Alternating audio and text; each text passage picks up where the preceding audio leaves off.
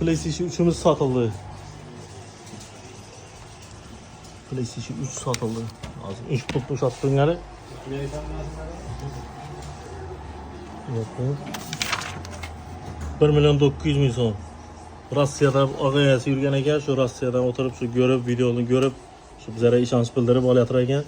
İçinde o'yinlari 2 dana pul tam toza pul tam qo'shib olacak. Mana PlayStation'ning o'zi. PlayStation 3. Şu PlayStation 3'ümüz satıldı. Endi satuvda satılmayan durgan yana bu 2,5 milyon so'mlik var. Sonra 4'ün özü. Pameti 500 GB yine şuna satılmayan tuttu hazırca. Diyesine karab tuttu bu. Kasan gelesen de yine bu am tuttu yine.